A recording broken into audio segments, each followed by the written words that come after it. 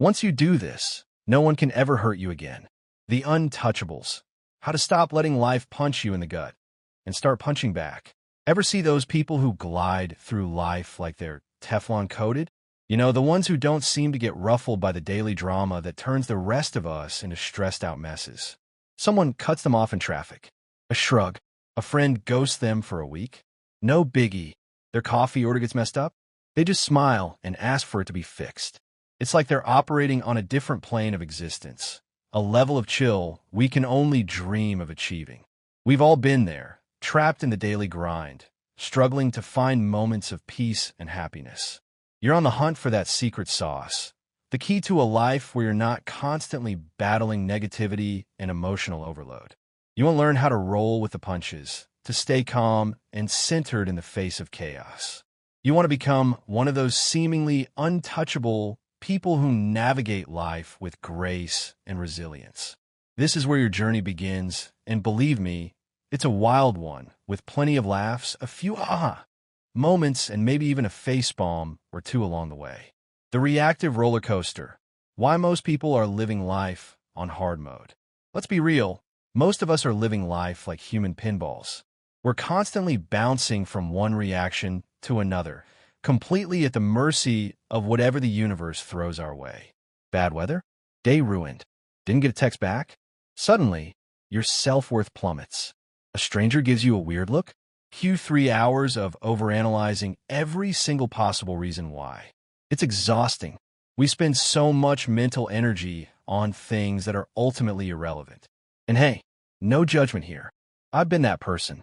We all have. The one who lets a tiny inconvenience snowball into a full-blown catastrophe.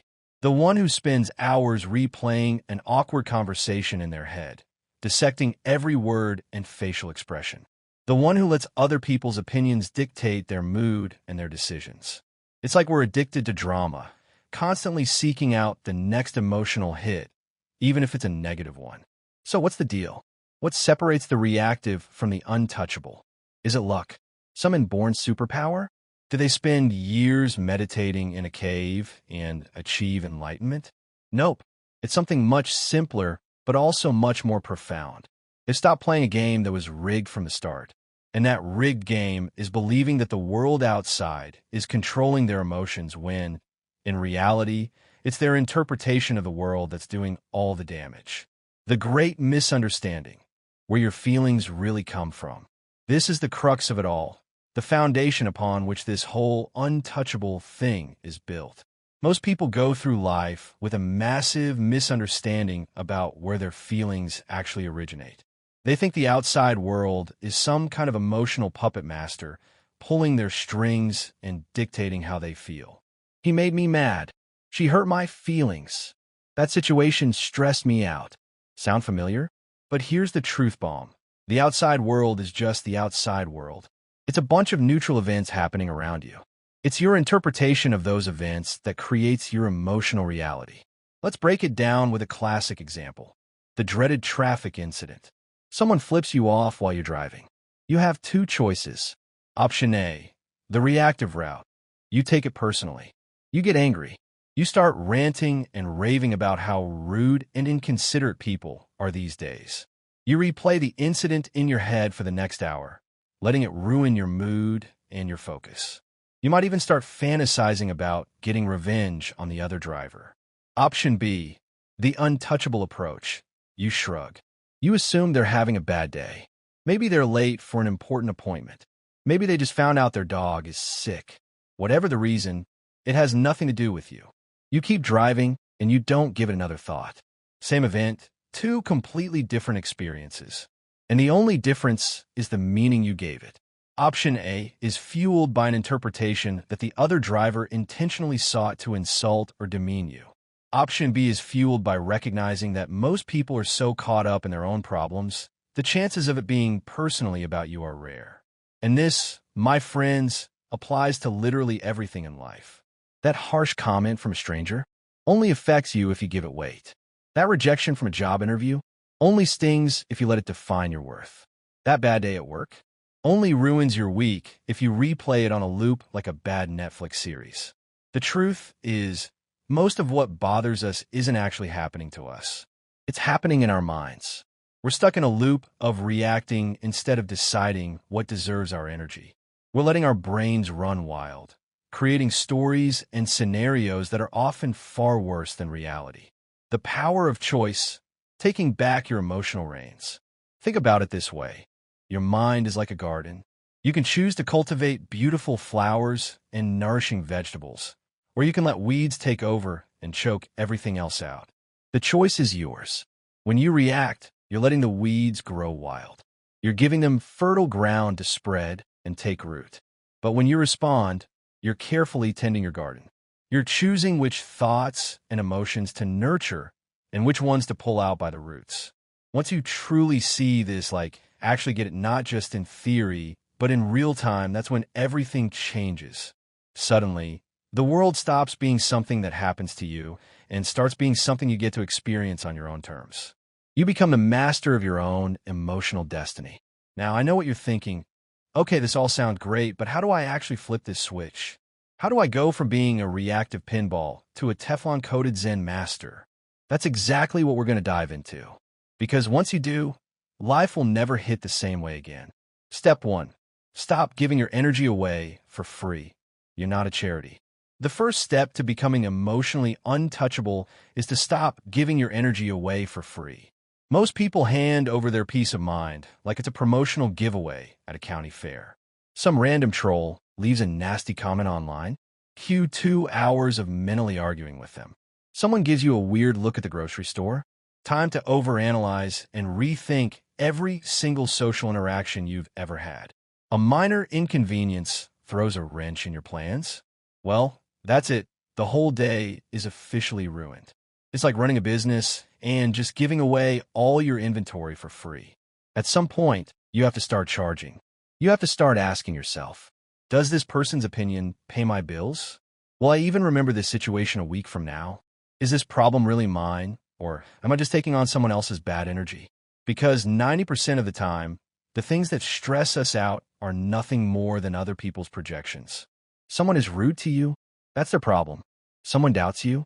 That's their limited mindset. Someone disrespects you? That says more about them than it does about you. Think about it. When you react, when you get upset, when you let something take control of your emotions, you're basically saying, here, take my peace of mind. I don't need it. But the truth is, your peace of mind is your most valuable currency. The people who truly win at life, the ones who move through the world unshaken, they've figured out that most things just aren't worth their energy. They've learned to protect their mental and emotional space like a precious resource. The untouchable effect when they start changing. Here's where it gets interesting. When you stop reacting, when you stop engaging with negativity, when you become unshakable, something weird starts happening. The people who used to trigger you suddenly lose their power. The things that used to ruin your day barely register. The world doesn't feel as heavy because you stop carrying things that were never yours to begin with. It's like you've built an invisible force field around yourself. Negativity bounces off you like raindrops on a windshield. And once you taste that kind of mental freedom, there's no going back. But there's one more piece to this puzzle. Because there's a way to take this even further, to not just be unaffected by the world, but to actually bend it in your favor. And that's where things get really fun. The untouchable advantage. Why staying calm makes you a winner. Most people don't actually want control over their emotions. They say they do. They say they want inner peace. But when life throws something annoying their way, they take the bait every single time. Boss sends an annoying email. Time to draft a mental resignation letter. Phone dies at 1%. Obviously, the universe is conspiring against them. It's almost like people enjoy being controlled by their emotions. They'll say, I just can't help it. That's just the way I am. But here's the real kicker. The moment you stop reacting, you win. Not just in your personal life, but in everything. There's a reason why the most powerful people in any situation, whether it's a high-stakes negotiation, a social interaction, or even an argument, are always the ones who stay calm. The moment you lose control of your emotions, you hand over leverage. If someone knows they can trigger you, they own you. If a situation can get under your skin, it controls you. If your emotions are constantly reacting to the world dictates your reality. Now imagine the opposite. Imagine becoming someone who simply doesn't bite the bait anymore. A passive-aggressive comment? You don't even flinch. Someone try and test you? They get zero reaction. Life throwing unexpected obstacles your way? You adapt and move on. This isn't about ignoring problems. It's about refusing to let problems own you. When you master this, people start treating you differently. They don't test you as much. They respect your space. And the best part? You start making decisions based on logic and intention, not on knee-jerk emotional reactions. Here's what most people don't realize. When you react emotionally, you're operating on autopilot. And the world loves people who are easy to manipulate. Marketing teams? They prey on your impulses. Toxic people? They thrive on getting under your skin. Systems of control? They rely on people who can't detach. When you react, you are predictable. And predictable people are easy to control. But when you stop being easily moved by things, when you become an observer instead of a reactor, suddenly you gain something that 99% of people will never have: true freedom.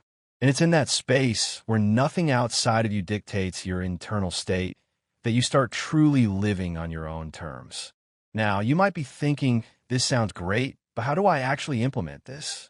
That's where things get even more interesting. Because the key to making this shift permanent isn't just about knowing it. It's about rewiring your entire response system. Step 2, rewiring your brain from reactor to responder. So, we've established that reacting emotionally hands over your control. But here's the real challenge. How do you actually train yourself to stop reacting? Because let's be honest, if detachment was easy, everyone would be doing it. The truth is, most people don't even realize how conditioned they are to react. From childhood, we've been wired to respond instantly to external stimuli. Someone insults you? You have to defend yourself. A situation frustrates you? You have to vent. It's like living life with an open control panel, where anyone, your boss, a stranger, a social media post, can walk up and push your buttons at any time. But what if you could disable the control panel entirely? This is where emotional immunity comes in. And no, I'm not talking about ignoring emotions or becoming a robot. I'm talking about training your brain to break the cycle of automatic reactions. The observer effect. Detach and watch like a scientist studying ants. The first step is to observe, don't absorb. Most people absorb every situation like a sponge. If someone is stressed around them, they become stressed. If someone is rude to them, they feel personally attacked. Instead, you need to become the observer. Imagine you're a scientist studying ants. You're watching them scurry around, carrying crumbs and building their anthill. You're not judging them. You're not getting emotionally invested in their daily struggles. You're simply observing their behavior. Let's say you're at a coffee shop and the barista is having a rough day. She snaps at you for no reason. The average person immediately absorbs this energy. Why is she being rude to me? I didn't do anything wrong. Now their mood is affected. But an observer sees what's happening without absorbing it. Oh, she must be going through something. The event still happened, but the difference is it didn't enter your system. This is detachment in action. You let the world move around you, but not through you. The power of the pause, creating space for sanity. The second key is to master the pause. Ever notice how every regrettable decision is made in the heat of the moment? That's because emotional reactions bypass logic. They hijack your brain and send you straight into fight or flight mode. The fix? Pause before reacting. Someone says something offensive? Pause. Anxiety starts creeping in? Pause. You feel the urge to argue? Pause. That tiny moment of stillness gives your brain a choice. React automatically or respond intentionally. And that choice? That's where all your power lies.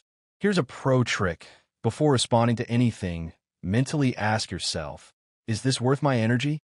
Because 99% of the time, it's not. Drama detox, starving the beast. The third step is to starve the drama. Drama, whether in relationships, work, or social circles, feeds off of reactions. It's an ecosystem that thrives on emotional responses. Gossip only spreads when people engage. Toxic people only stay when they get a reaction. Arguments only escalate when both sides participate. When you stop feeding the system collapses. Imagine someone tries to pick a fight with you, and instead of reacting, you just smile and move on. They're left completely powerless.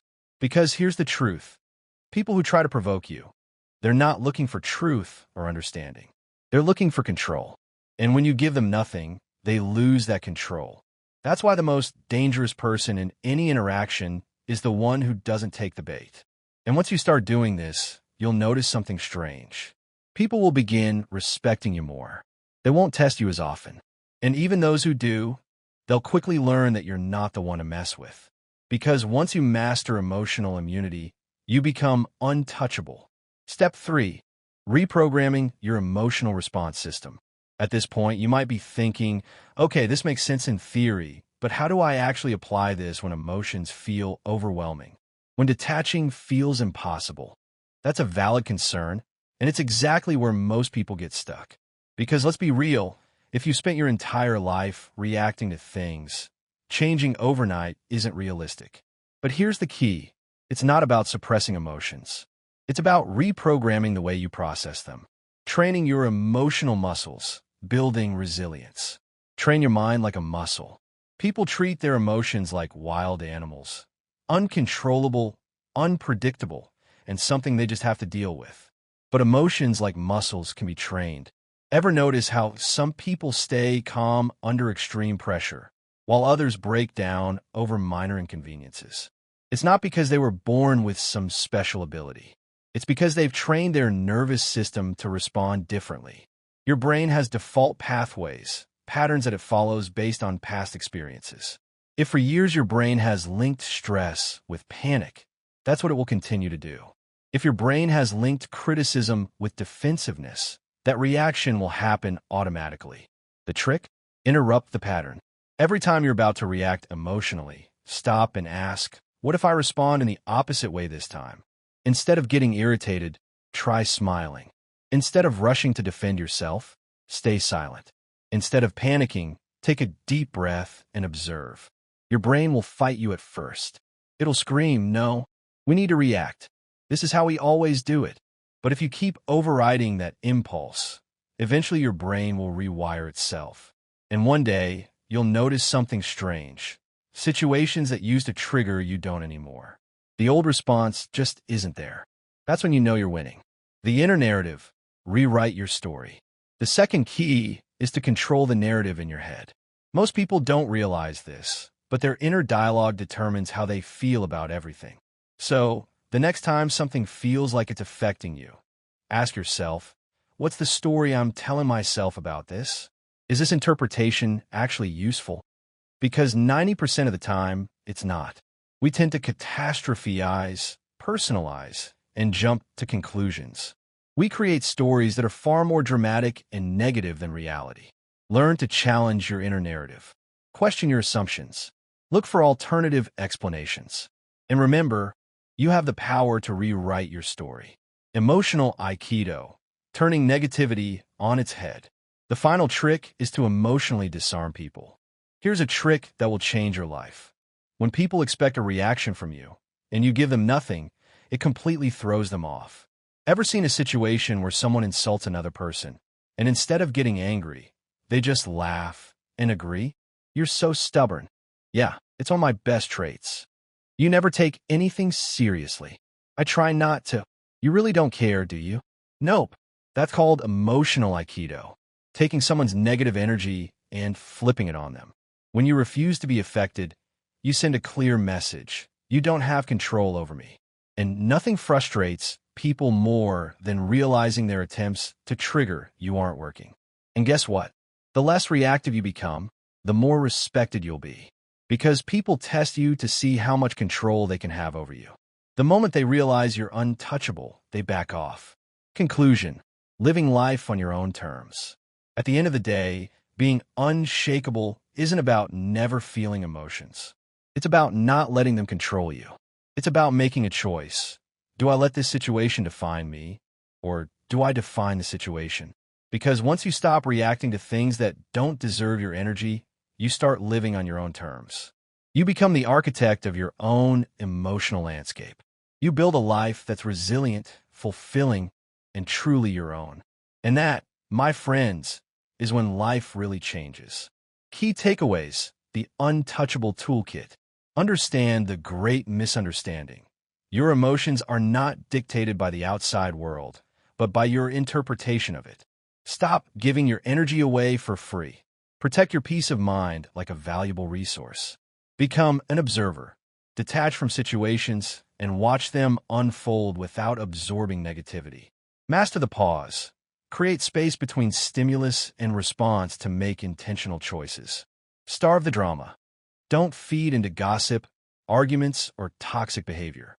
Reprogram your emotional response system. Train your brain to react in new, more empowering ways. Control your inner narrative. Rewrite your story to focus on positive and constructive interpretations. Practice emotional Aikido. Deflect negativity by refusing to react as expected. The journey continues. Becoming emotionally untouchable is a journey, not a destination. There will be days when you slip up and react. There will be people who push your buttons and test your limits. But the key is to keep practicing, keep learning, and keep growing. And remember, you're not alone on this journey. We're all in this together, striving to create lives that are more peaceful, more fulfilling, and more aligned with our true selves. And with that, if this resonated with you, give a thumbs up. And if you are hungry for more content like this, hit that subscribe button. Thanks for going on this adventure with me.